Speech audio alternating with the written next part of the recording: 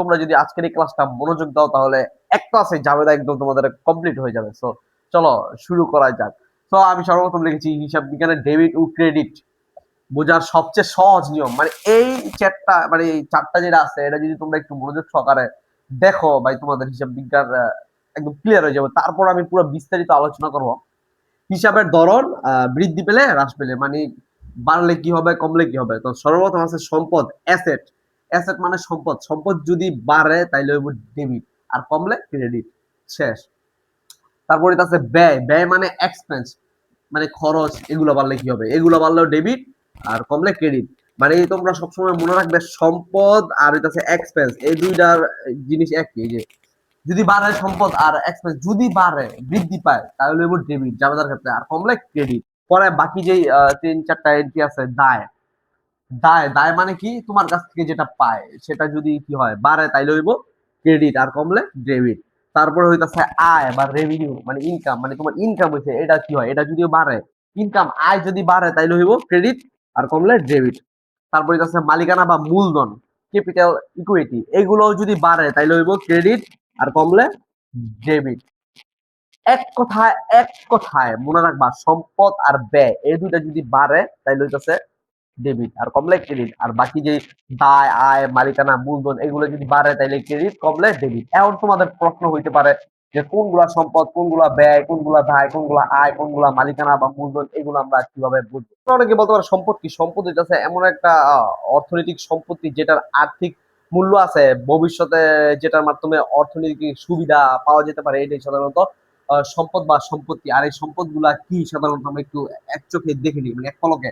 নগদ, bank, furniture, ভবন, যন্ত্রপাতি, যানবাহন, দেনাদার, মজুদ পণ্য, অগ্রিম জমা। আসলে সম্পদটাকে এটা আমরা ছোটবেলা থেকেই জানি, যখন আমাদের বলে অনেকে প্রশ্ন করতে যেতে তোদের সম্পত্তি আছে, তখন কিন্তু আমরা বলতাম হ্যাঁ আমাদের জমি জমা আছে, বিল্ডিং আছে, বাড়িঘর আছে। তো এই সকল জিনিসগুলো হইতেছে সম্পত্তি বা সম্পদ বলতে পারেন। এখন এগুলা কি হয় বাড়লে হইব ডেবিট আর কমলে ক্রেডিট। এখন একটা উদাহরণ দেই, নগদে আসবাবপত্র কেনা হলো, নগদে আসবাবপত্র কেনার কারণে কি হয়েছে, আপনার সম্পত্তি মানে আসবাবপত্র বাড়ছে, আসবাবপত্র বাড়ার কারণে আসবাবপত্র হিসাব ডেবিট, নগদান হিসাব ক্রেডিট। আবারও বুঝেন, আগেই বলছিলাম যে সম্পত্তি বাড়লে সেটা ডেবিট হয়। তো সম্পত্তিটা কি, আসবাবপত্রটা একটা সম্পত্তি, সম্পত্তি যেহেতু বাড়ছে সেই জন্য সম্পত্তি হিসাব ডেবিট, আর নগদান মানে নগদ টাকা দিয়ে যেহেতু কিনছে, নগদ টাকা কমছে এই জন্য ওরা ক্রেডিট। এখন আমরা শিখবো ব্যয়। ব্যয়টা সাধারণত কি, ব্যয় হচ্ছে ব্যবসা চালাতে বা আয় করতে যে খরচ করা হয় তাকেই ব্যয় বলে। মানে আপনি একটা ব্যবসা প্রতিষ্ঠান পরিচালনা করতেছেন, সেটা করতেছেন কি আয় করার জন্য, মুনাফা অর্জনের জন্য, তখন আহ, আয় বা মুনাফা অর্জনের জন্য যে সকল খরচ করে থাকেন সেটাকে সাধারণত ব্যয় বলে। যেমন আছে এগুলা ব্যয়, ব্যয় মানে এক্সপেন্স, বেতন, ভাড়া, বিদ্যুৎ বিল, অফিস খরচ, পরিবহন খরচ, বিজ্ঞাপন ব্যয়, মেরামত ব্যয়, ডাকো, টেলিযোগ ব্যয়, বিমা ব্যয়।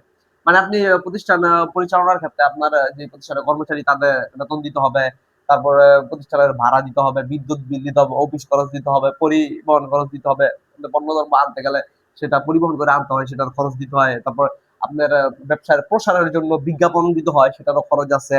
তারপর মেরামত, যন্ত্রপাতি নষ্ট হয়ে গেলে মেরামত ব্যয়, মানে এভরিথিং যতগুলো খরচ আছে বা ব্যয় আছে সবই হইতেছে এক্সপেন্স। আর এগুলো যদি বাড়ে তাহলে হয় ডেবিট আর কমলে ক্রেডিট। বেতন দিছে যার জন্য খরচ কি বাড়ছে, তাইলে খরচ বাড়ছে কি বেতন, বেতন হিসাব ডেবিট, আর নগদান হিসাব ক্রেডিট। নগদান হিসাব মানে নগদে টাকা দিছে, টাকা কমছে, তো ওটা ক্রেডিট হয়েছে।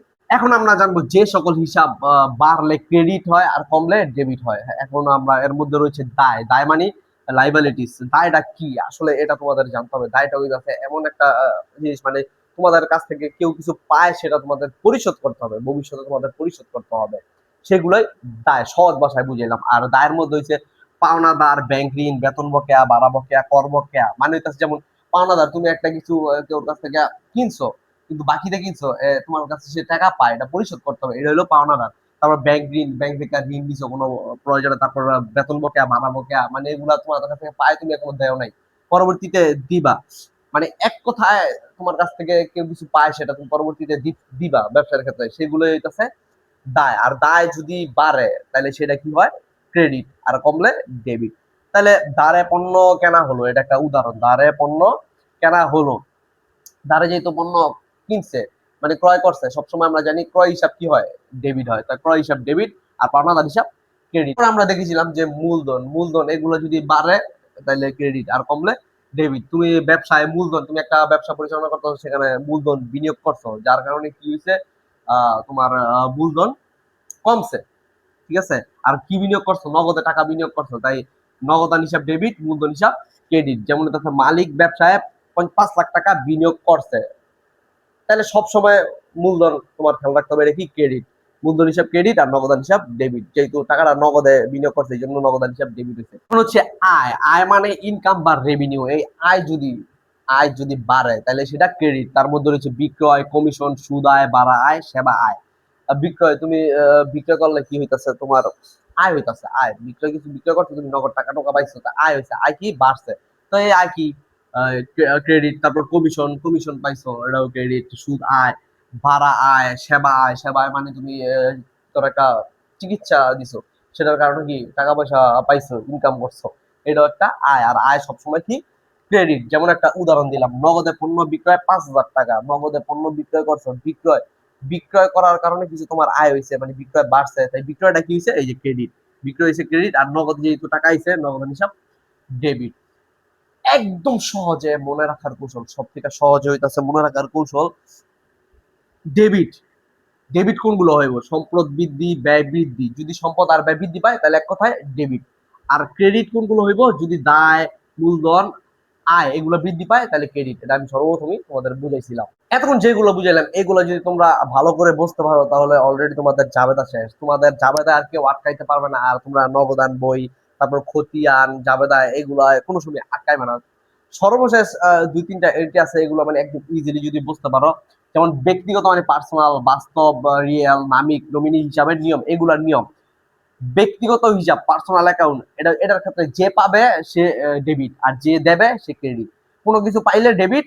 ব্যক্তিগত হিসাবের ক্ষেত্রে, ব্যক্তিগত যদি কেউ নাম উল্লেখ থাকে, ব্যক্তিগত হিসাব যদি পায় তাইলে যে পাইবো সে ডেবিট, আর যে দিবে সে ক্রেডিট। যেমন উদাহরণ, রহিমকে নগদে 10,000 টাকা প্রদান, কে পাইছে, রহিম পাইছে, তো যে পাবে সে ডেবিট, রহিম হিসাব ডেবিট। আর কি কমছে, নগদান হিসাব কমছে, ওটা ক্রেডিট। তারপরে রয়েছে বাস্তব বা রিয়েল হিসাব। এই এটার ক্ষেত্রে যা আসে সেটা হইতেছে ডেবিট, যা আসে ডেবিট, আর যা যায় ক্রেডিট। উদাহরণ, নগদে কম্পিউটার কেনা 40,000 টাকা, মানে নগদ আর কম্পিউটার কেনার কারণে কি আইছে, তোমার একটা কম্পিউটার আইছে, তো যা আসে সেটা ডেবিট, এই যে কম্পিউটার হিসাব ডেবিট, আর যা যায় তা ক্রেডিট। তো কি গেছে, নগদ টাকা গেছে, নগদান হিসাব ক্রেডিট। সর্বশেষে যেটা রয়েছে নামিক, মানে নমিনাল হিসাব। এটা করার ক্ষেত্রে হইতাছে সকল ব্যয় ও ক্ষতি ডেবিট। সকল ব্যয়, এটা আগেই বুঝেছি, তারপর আবার বুঝেছি। সকল ব্যয়, ব্যয় বা ক্ষতি এগুলো হইতাছে ডেবিট। আর সকল আয় ও লাভ এটা হইতাছে ক্রেডিট। ভাড়া প্রদান করছে, ভাড়া হিসাব ডেবিট। আর ভাড়াটা কিসে প্রদান করছে, নগদে প্রদান করছে, নগদান হিসাব ক্রেডিট। That's it. সো আজকের এই জাবেদা ক্লাসটা এই পর্যন্তই। আশা করি তোমরা সকলেই বুঝতে পারছো। তারপরেও যদি কোনো কিছু না বুঝতে পারো, কোনো জায়গায় সমস্যা থাকে, তাহলে এটা কমেন্টে জানাইতে পারো, পরবর্তী বোঝানোর চেষ্টা করব। আর এখন আমরা পরবর্তী যে ক্লাসে অঙ্কে চলে যাব, অঙ্কে করব। আর কথা হইতাছে, যদি আমার কথা তোমাদের বুঝতে অসুবিধা হয় বা কোন কোন জায়গায় সমস্যা আছে আমার, এগুলো তোমরা কমেন্টে একটু জানাও, যাতে ওগুলা ঠিক করে পরবর্তী ভিডিও বানাইতে পারি।